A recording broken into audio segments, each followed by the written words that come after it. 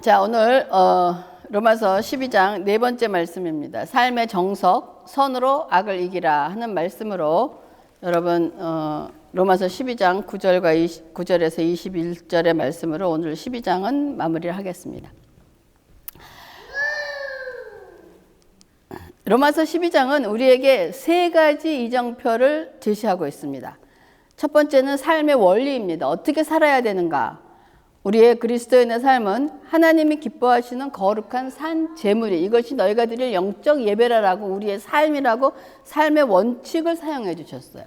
그리고 난 다음에 삶의 원칙을 세우신 다음에 그 다음에 우리가 삶의 방향, 어느 방향으로 삶을 살아야 할까라고 했을 때 마음을 새롭게 함으로 변화를 받는 삶을 우리에게 살라고 그러셨어요.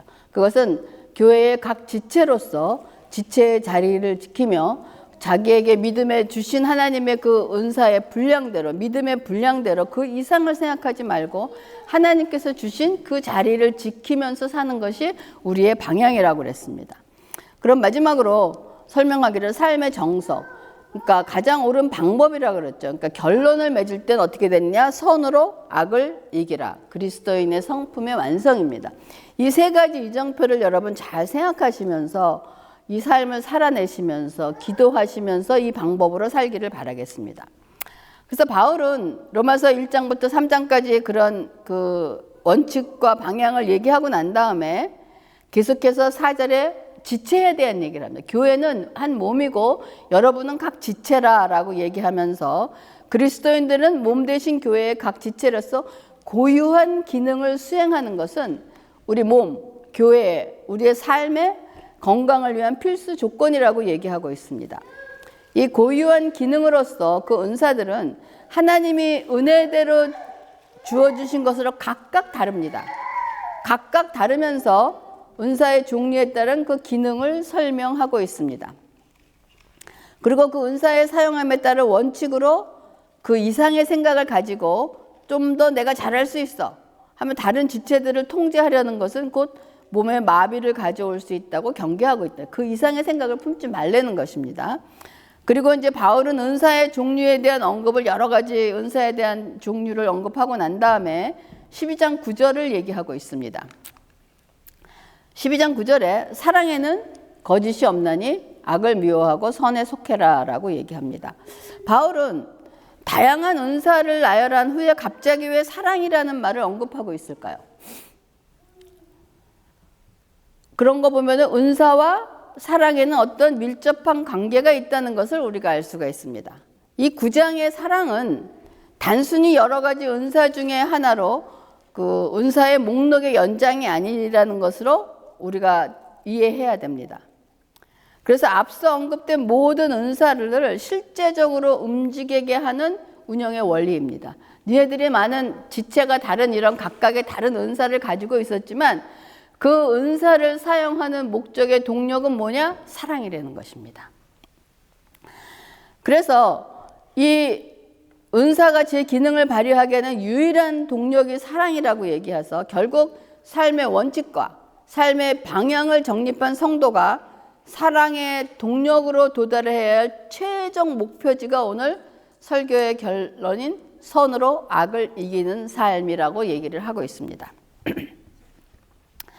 그래서 6절과 8절에서 언급된 은사들의 나열은 은사들이 무엇을 할 것인가를 말한다면 9절부터는 은사들을 어떻게 사용할 것인가를 말한다는 것이에요. 그래서 따라서 이 9절에 나타난 사랑은 모든 지체가 각자의 기능을 수행할 때 반드시 지켜야 할 절대적인 구절.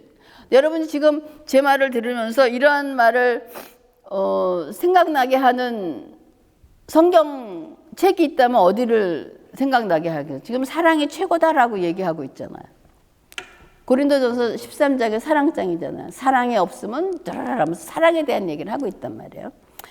그래서 이 사랑에는 거짓이 없나니 악을 미워하고 선에 속하라 하는 말씀에서 내게 주신 은사를 대입해서 생각해 본다면 만약에 여러분들이 찬양하는 일이라면 찬양하는 일에는 거짓이 없다는 것입니다. 그리고 악을 미워하고 선에 속함으로 선에 속하는 찬양을 하라는 것입니다. 또 구제하는 일이 있다면 성실함으로 하는데 구제하는 일에는 거짓이 없다는 거예요. 그러니까 그거를 하는데 어떤 거짓된 모습을 하는 것이 아니고 사랑으로 하는데 그 사랑은 뭐냐? 악을 미워하고 선에 속하는 구제의 일을 하라는 것입니다. 그러면 여러분에게 주어진 모든 삶의 행동의 방향이 뭐냐? 어떤 사람은 찬양하고 어떤 사람은 기도하고 어떤 사람은 구제하고 어떤 사람은 가르치고 하는 일인데 다 다르지만 그것의 기본에 되는 원동력은 뭐냐? 사랑을 기초로 하려서 하라는 것입니다. 그렇기 때문에 이 10절부터 20절까지는 거짓 없는 사랑이 구체적인 삶의 형정에 어떻게 나타나를 보여주는 사랑의 실천 매뉴얼과 같은 거예요. 이 부분을 여러분 제가 하나하나 강연하지 않겠습니다. 핵심 요점만 짚어보면 크게 그 은사에 대한 걸 세 파트로 나누고 있어요. 우리가 지체로서 행해야 할 사랑의 구체적인 모습은 제일 첫 번째 어딘지 아세요? 교회 안에 있는 가까운 형제들입니다. 그들에게 먼저 교우들에게 존경하는 사랑을 하고 고통받는 이들에게 함께 웃고 웃는 공감의 사랑을 하고 그리고 나를 힘들게 하는 원수들에게 심판을 하나님께 맡기는 사랑의 신뢰를 보여주려는 것이 로마서 10장부터 20절까지 나와 있는 그 모든 은사에 대한 구체적인 내용입니다. 그래서 먼저 로마서 12장 10절에서 13절에 보면 형제를 사랑하여 서로 우애하고 존경하기를 서로 먼저 하며 부지런하여 게으르지 말고 열심을 품고 주를 섬기는, 우리가 모든 맡겨진 은사가 있으면 부지런하고 게으르지 말고 열심을 품고 주를 섬기듯 하라는 거예요. 그다음에 소망 중에 즐거워하며 환난 중에 참으며 기도에 항상 힘쓰며 성도들의 쓸 것을 공급하며 손 대접하기를 힘쓰라라고 얘기를 하고 있습니다. 각기 은사의 종류는 다르지만 각기 그 은사를 받은 사람들이 공통적으로 해야 할 일이 이거라는 것입니다. 그래서 교회 내에서 성도들을 향한 사랑은 가족처럼 먼저 형제처럼 사랑하되 먼저 존경하고 게으르지 않고 열심을 다해서 서로 필요를 채워주려는 것입니다. 그러한 단계로서 지체들이 서로를 경쟁 대상이 아닌 돌봄의 대상으로 볼 때 공동체가 유지될 수 있다는 것입니다. 제가 볼 때 우리 하영 씨도 이런 일을 참 잘하는 것 같아요. 우리에게 그 늪어진 그 학생들에게 그냥 뭐 있으면 자기 거 막 그렇게 퍼서 주는 거 보면은 잘 섬기고 필요를 채워주고 그러한 마음이 있는 거예요. 그렇다 그래서 뭐 저 언니가 뭐 그렇게 풍족한 가운데서 있는 것도 아님에도 불구하고 그 형제들에게 꼭 한 사람에게 은지뿐만이 아니고 이때까지 있었던 모든 그 이 형제들에게 그렇게 베푸는 것을 볼 때 우리가 형제처럼 먼저 사랑하되 존경하고 열심을 품고 해주는 것을 볼 수가 있습니다. 그리고 난 다음에 우리의 가까운 형제부터 먼저 그들의 필요를 채워주라고 되어 있어요. 그러고 난 다음에 12장 14절에서 15절에 보면 너희를 박해하는 자를 축복하라. 축복하고 저주하지 말라. 즐거워하는 자들과 함께 즐거워하고 우는 자들과 함께 울라. 자, 아까 우리 가까운 사람을 사랑하고 돌보는 일보다 이것이 조금 어렵습니다. 그렇죠? 박해하는 자를 축복해야 되잖아. 싫어하는 자들. 그리고 즐거워하는 자들과 함께 즐거워하고 우는 자들과 함께 울라라고 하는 것은 뭐냐? 공감하는 것입니다. 그들과 함께 공감하며 환난 중에서 참으며 소망을 품는 개인의 그 영성을 넘어 우리가 그들과 함께 웃고 웃는 그러한 공감의 능력이 지체의 역할인 것입니다. 이 공감 능력이 옛날에는 제가 젊었을 때 이렇게 얘기하거나 그런 삶의 주제에 공감이라는 그 어젠다가 별로 나오지 않았어요. 근데 이제 지금 여러분의 시대에는 이 공감이, 지금은 이 공감에 대한 그 아젠다가 굉장히 많습니다. 그러니까 우리 신앙뿐만이 아니고 모든 분야에서 공감이 굉장히 중요하다는 역할을 하고 있습니다. 근데 특히 목회자나 이러한 우리 신앙생활을 할 때 교회 내에서 가장 필요한 것이 공감입니다. 여러분들이 자녀를 키울 때도 그 자녀에 대해서 공감해야 된다는 것이 굉장히 중요한 역할을 하고 있다는 것입니다. 그래서 우리가 너희를 박해하는 자를 축복하고 저주하지 말고 즐거워하는 자들과 함께 즐거워하고 우는 자들과 함께 울려는 그런 공감하는 태도를 우리에게 얘기하고 있습니다.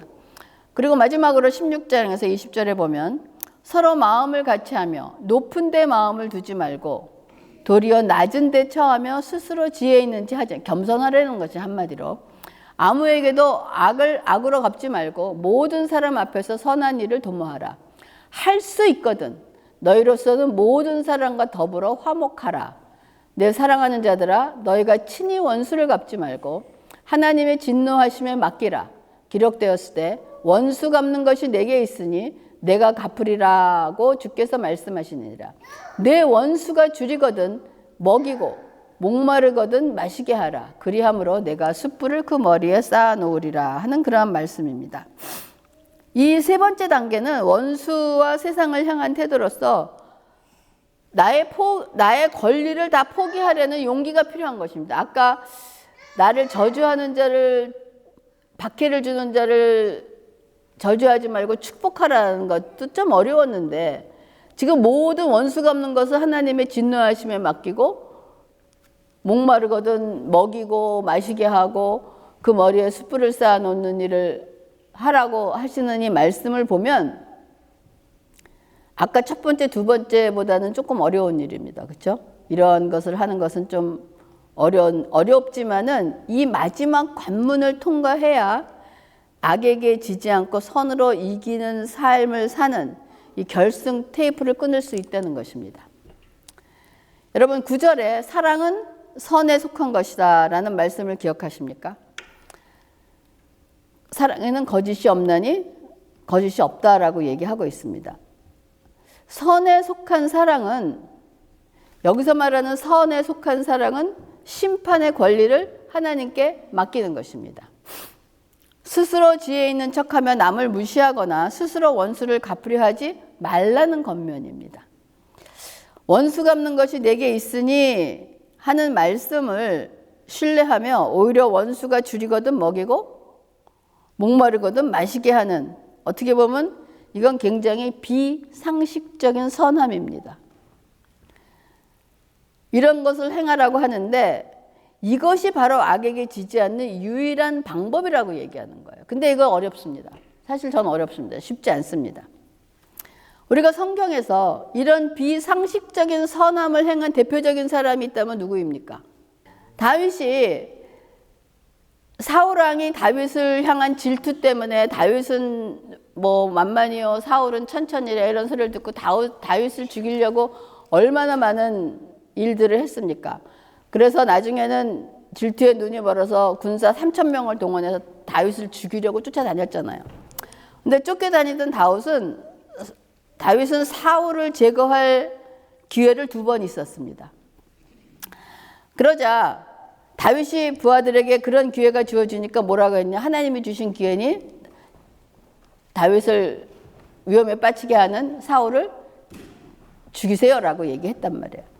그래서 당장 사울을 처단하라고 촉구했지만 다윗은 사울을 죽이는 대신에 그가 자고 있던 그 옷자락을 베어온다든지 아니면 머리맡에 있는 창과 물병만을 가지고 나오는 비상식적인 선택을 했습니다. 그러면 다윗은 왜 그런 행동을 하게 된 행동의 근거가 뭐냐 이거야. 그래. 우리가 생각할 때 비상식적인 선함인데 왜 그 다윗의 행동의 그 근거가 뭐냐 그랬더니 사무엘상 24절에 보면은 24장에 보면 내가 손을 들어 여호와의 기름 부음 받은 내 주를 치는 것은 여호와께서 금하시는 것이다라는 말씀을 근거로 다윗이 자신이 직접 심판되지 않고 심판의 권리를 하나님께 맡겼다는 것입니다. 그러면 이 사무엘상에 나온 그 말씀과 오늘 로마서에 기록되었을 때 원수 갚는 것이 내게 있으니 내가 갚으리라고 주께서 말씀하시느니라. 내 원수가 줄이거든 먹이고 목마르거든 마시게 하라. 그리하면 내가 숯불을 그 머리에 쌓아 놓으리라는 이 말씀하고 통하지 않습니까?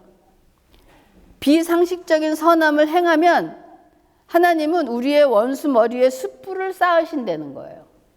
근데 우리가 직접 머리에다가 숯불을 쌓고 싶지만 하나님이 그 일은 네가 직접 하지 말라는 거야. 그 쌓고 싶으면 하나님이 말씀하시는 대로 줄이는 자에게 먹을 걸 줄이고 목마른 자에게 마시게 하라는 것처럼 그런 일을 할 때 결국 머리에 쌓인 숯불은 여러분 어떻게 되겠습니까? 여러분 상상에 맡깁니다. 그 머리에 숯불을 이고 사는 사람들이 어떻게 살아야 될지 여러분들이 한번 상상에 맡겨봅니다. 그러나 다윗이 한 이 비상식적인 선함의 행동이 오히려 사람의 이 등골을 오싹하게 하지 않습니까? 내가 죽을 뻔했다. 충분히 죽을 수 있었을 자리인데 그것만 배워갖고 갔다 그랬을 때 아마 사울도 굉장히 등골이 오싹했을 것입니다. 그래서 사울이 이런 비상식적인 선함을 향한 다윗에게 뭐라고 얘기하면 나는 너를 학대했는데 너는 나를 선대하니 내가 나보다 의롭다라고 고백하고 울음을 터뜨렸다고 합니다.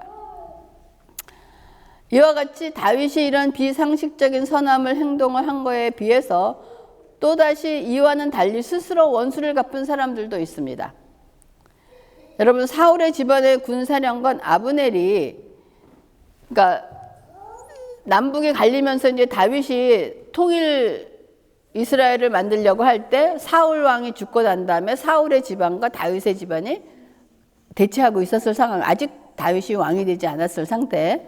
그런데 이제 사울 집안의 군사령관 아브넬이 다윗과의 전쟁 중에서 이제는 화해를 하고 다윗에게 왕권을 넘기려고 하는 그러한 상황에서 전쟁 중에 요압의 동생 아사헬을 죽였습니다.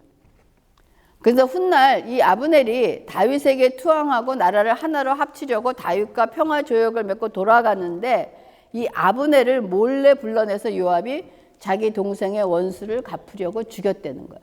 그러니까 한마디로 지금 전쟁하다가 평화 조약을 맺으러 온 적군과 평화 조약을 맺고 돌아가는 그 사람을 아브넬을 요압이 죽였다는 것입니다.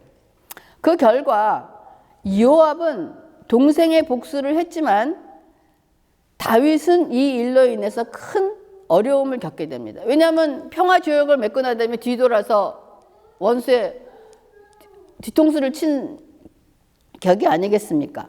그래서 큰 어려움을 겪게 되고 결국은 정치적으로 오점을 남기게 됩니다. 그래서 다윗은 이때부터 평생 요압을 경계합니다. 그리고 다윗이 모든 것을 마치고 죽을 때 솔로몬에게 유언 남기기를 내 지혜대로 행하여 그의 백발이, 그가 누구냐면 요압입니다.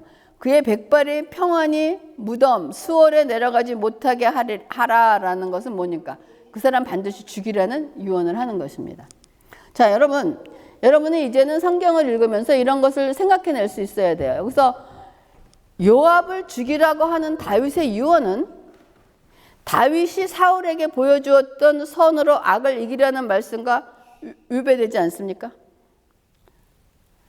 지금 요압을 죽이라고 얘기하지 않습니까? 그러면 요압의 일을 원수를 자기가 지금 갚는 건가 하는 그런 질문이 생겨야 되지 않습니까? 여러분, 이것에 대해서 여러분의 친구다, 여러분의 자녀가 묻는다 그러면 어떻게 대답을 하시겠습니까? 그러면 성경에는 이렇게 위배되는 사건을 다 나타내고 있는 것인가라는 생각을 합니다. 그러면 여기서 이 질문에 대한 대답을 할 때 먼저 생각해야 될 것이 무엇이냐? 선으로 악을 이기라는 말이 무엇인가라고 생각해 보는 거예요. 이 선으로 악을 이기자는 말씀이 여러분 모든 범죄를 무조건 덮어주는 것이라는 것을 의미하지 않는다는 것입니다. 여러분, 하나님의 사랑에는 거짓이 없나니라고 얘기했을 때 하나님의 사랑 안에는 반드시 사랑 안에는 포함되는 것이 뭐 있습니까? 동전의 양면과 같이 공의입니다. 하나님의 사랑 안에는 반드시 justice, 하나님의 righteousness가 항상 같이 들어있다는 거예요. 공의가 없는 사랑은 없습니다. 하나님에게는. 또 사랑이 없는 공의는 하나님께 없습니다. 그래서 다윗이 사울과 요압을 대했던 이 상반된 태도는 하나님의 사랑과 공의가 한 인물의 삶에서 어떻게 교차하고 갈등한지를 보여주는 것이 아주 깊은 사례인 것입니다. 사랑은 사울처럼 연약하고 타락한 영혼일지라도 하나님의 권위 아래에 있다면 끝까지 인내하며 기다려주는 힘으로 나타났고, 공의는 사랑으로 사울에게 그렇게 연약하고 어려운 일이었지만은 하나님의 사랑으로 사울을 기다려줬던 그 다윗의 행동에서 나타났고, 공의는 요압처럼 하나님의 질서를 무시하고 자신의 뜻대로 피를 흘리는 자에 대해서 반드시 책임을 묻는 단호함으로 나타났습니다. 여러분이 자녀를 키우면서 우리가 자녀를 사랑합니다. 그럼 자녀가 잘못하면 그 잘못을 바로잡기 위해서 야단을 쳐야 됩니다. 근데 사랑한다고 해서 그 야단을 치지 않는 것이 사랑이냐 이거예요. 그건 사랑이 아니라는 것을 지금 우리가 염두에 둬야 된다는 것입니다. 결국 다윗의 삶은 사랑 없는 공의는 냉혹합니다. 그냥 눈에는 눈 다 죽여야 되는 거예요. 공의가 없는 사랑은 무질서합니다. 그래서 진리를 몸소 보여준 이 과정이라고 할 수 있는데, 이 두 기둥의 균형을 이룰 때 비로소 하나님의 통치가 온전해진다는 것입니다.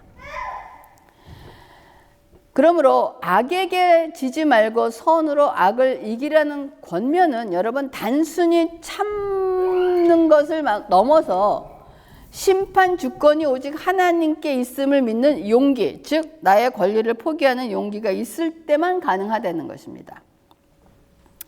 그러나 우리가 악을 이길 수 있는 이유는 내가 강해서가 아니라 내 안에 계신 이미 승리하신 그리스도 때문에 우리가 이길 수 있는 것입니다.